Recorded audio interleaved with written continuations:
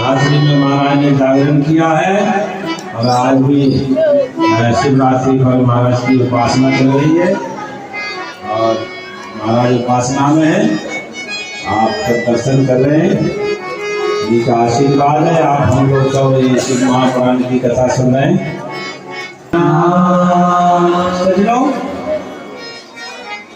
अब बारात चली आती है तो सारे बच्चों को बड़ी उत्सुकता रहती है कि चलो बारात के दर्शन करने, चलो बारात के दर्शन करने। तो सारे इकट्ठे होकर गए तो आगे चले आ रहे कौन?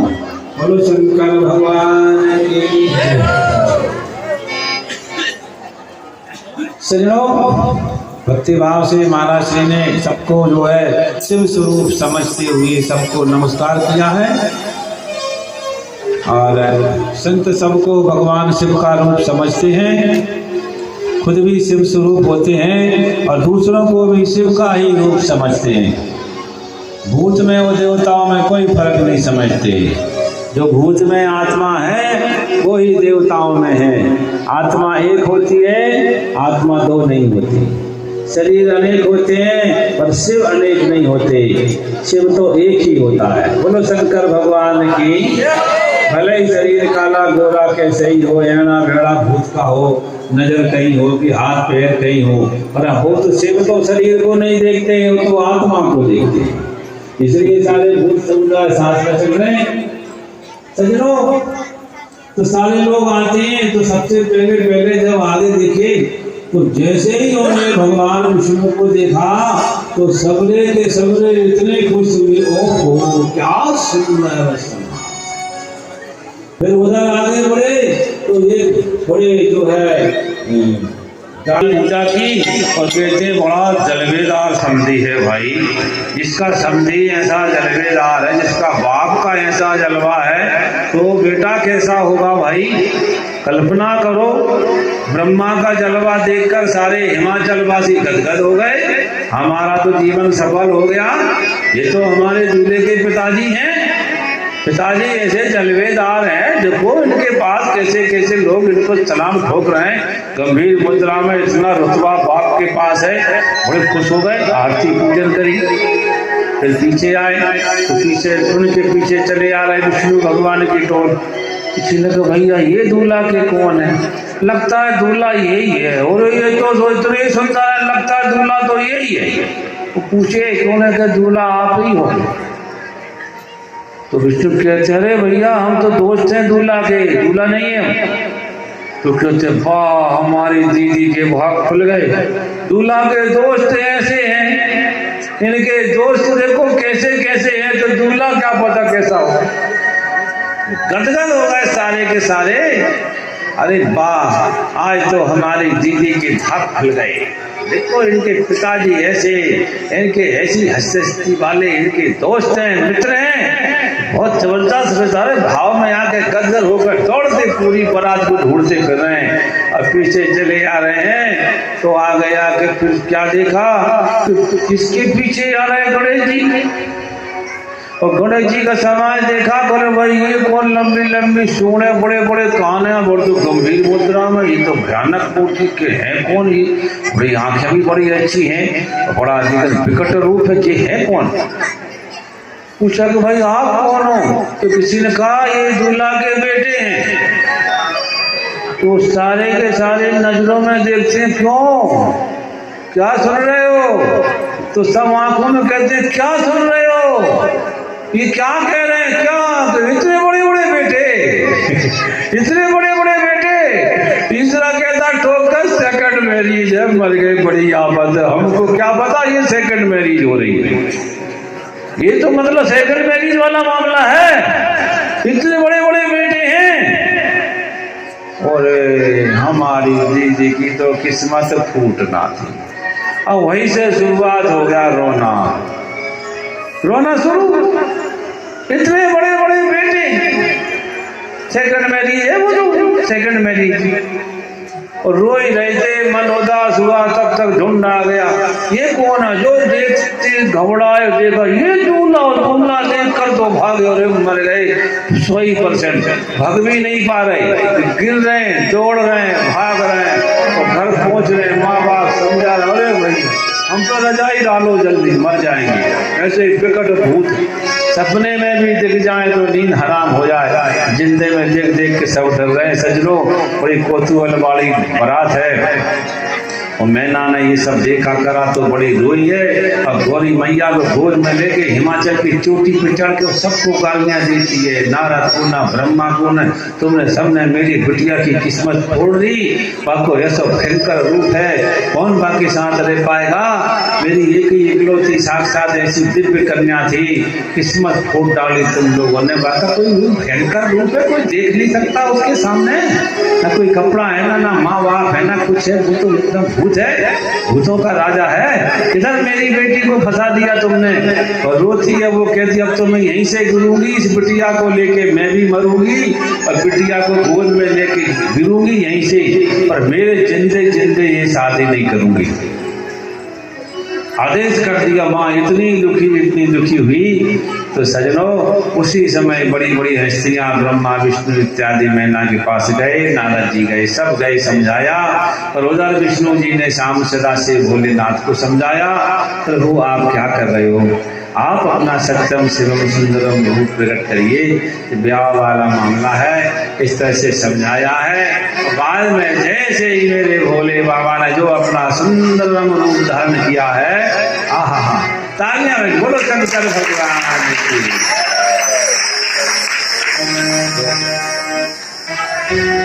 कैसा दूल्हा का, उन्होंने कहा अब जाकर देखना जरा दूल्हा को, अभी पहले देखा दोबारा देखना, जब दोबारा दूल्हा को देखा तो नजर नहीं हटती चेहरे से। अपने ऊपर दिव्य सुंदर स्वरूप में बाबा अब सुंदर दूल्हा के श्रृंगार का वर्णन सुनेंगे पद के द्वारा।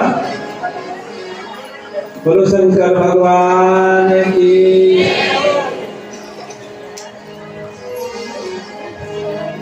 बोलिए सुनाओ भैया दूल्हा के श्रृंगार। बोलो शंकर भगवान की जय।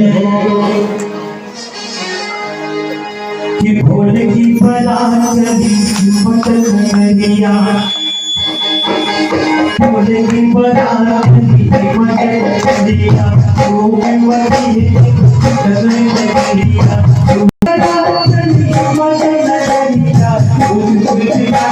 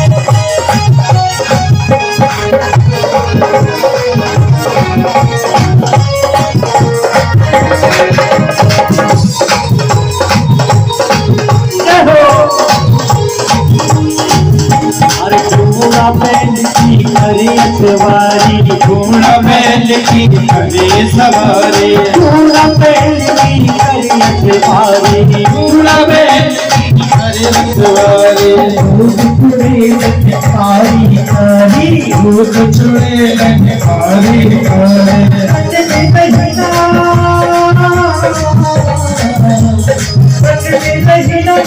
कोई खबरिया फूल की बारात चली मचल नगरिया फूल की बारात चली मचल नगरिया फूल की बारात चली मचल नगरिया फूल की बारात चली मचल नगरिया धूमपति है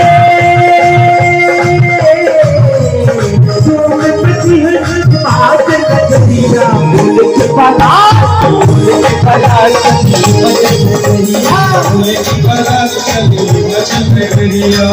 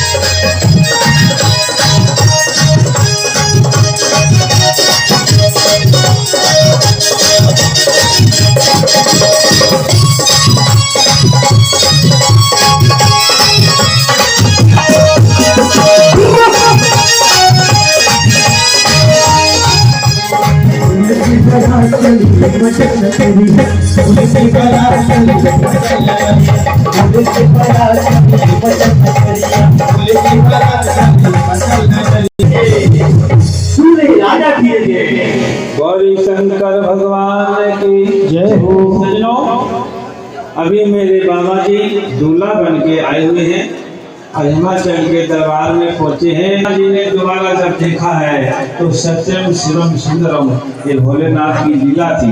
मेरे भगवान ये कहते हैं सभी से, देखो आप सच्चाई देखो, सच को देखकर प्रेम करोगे तो कभी प्रेम कमजोर नहीं होगा, और झूठ को देखकर प्रेम करोगे तो आगे चल के प्रेम कमजोर हो जाएगा। इसलिए हमारे बाबा कहते हैं कि झूठा शरीर है, शरीर के आकर्षण ज्यादा देर तक, ज्यादा दिनों तक, ज्यादा सालों तक नहीं रहेगा। आगे चल के शरीर का आकर्षण खत्म हो जाएगा, फिर लड़ोगे। इसलिए आप लोग जो है सच को देखकर प्रेम करोगे तो प्रेम कभी खत्म नहीं होगा। तो सच है आत्मा, सच है आत्मा। आप भी आत्मा हो, मैं भी आत्मा हूँ। जो आत्मा से प्रेम करेगा वो भगवान से प्रेम कहलाएगा, वो भगवान का प्रेम भक्ति बन जाएगा। प्रेम ये प्रेम करने की आपको आदत भी है तो क्यों आप शरीर की तरफ देखते हो? शरीर के अंदर जो शिव बैठा है उसकी तरफ देख के प्रेम करोगे तो आपका प्रेम ही कभी रुकेगा नहीं, कभी छूटेगा नहीं, और कभी वियोग नहीं होगा, कभी लड़ाई नहीं होगी। ऐसा दिव्य प्रेमियों का ये जोड़ा है। ये गौरी शंकर की, भवानी शंकर की ये दिव्य लीला है। अब ये फूल माला की रस्म होगी, वर वधू दोनों को एक दूसरे को वरमाला के कार्यक्रम से शादी संपन्न होगी। आगे फिर हमारे पंडित जी संकल्प बोलेंगे, संकल्प बोलकर फिर बाद में भावक हो जाएगी। अभी एक रस्म बाकी है, दूल्हा दुल्हन दोनों को फूलों की माला दी जाएगी, और फूलों को माला से माला पहना के, और मान लो आज ये अपना प्रीतम अपने प्रिया से कहता है कि मैं आपके आगे कभी भी विवाद होगा तो मैं हार जाऊंगा। क्या करूंगा मैं? ये हार पहनाने का मतलब समझते हो? कभी हमारी किसी बात पे यदि बात बहस चलेगी तो मैं हार जाऊंगा, यानी मैं मेरी बात छोड़ दूंगा। इसका मतलब है हार पहना दो, क्योंकि अगर हारोगे नहीं तो लड़ाई बढ़ जाएगी। तो वो कहेगी यदि आप किसी वजह से नहीं हारोगे तो मैं हार जाऊंगी। अर्थात एक दूसरे को हार पहनाना, हार माना मुझसे तुम हार जाना, तुमसे मैं हार जाऊंगा। क्यों? एक दूसरे को जीतने की कोशिश मत करना, जीतने के चक्कर में जिंदगी खत्म हो जाती है। तो सुप्रीम कोर्ट में जाना फिर जीतने के लिए, हाई कोर्ट और सुप्रीम कोर्ट में केस लड़ना, जीतने के चक्कर में नहीं पड़ना। शादी के पहले ही हार पहना देना। क्या पहना देना? बोलो क्या? हाँ, हमारे तेरे आगे मैं हार जाऊंगा, फिर दुल्हन कहेगी तेरे आगे मैं हार जाऊंगी। अब दोनों हारने वाले हैं तो कोर्ट में पहुंच जाएगा, कोर्ट खत्म, अर्थात प्रेम बना रहेगा। दूल्हा दुल्हन दोनों को हार पहनाएंगे। बोलो शंकर भगवान की जय। पर दुल्हन एक बार कहती है, पर एक बात आपने मुझे पकड़ लिया है तो अब मुझे कुछ छोड़ना नहीं। अरे देना है तो दीजिए जन्म जन्म का साथ, छोड़ना नहीं। कुछ कहना चाहते हैं? ये भाई कुछ कहना चाहते हैं?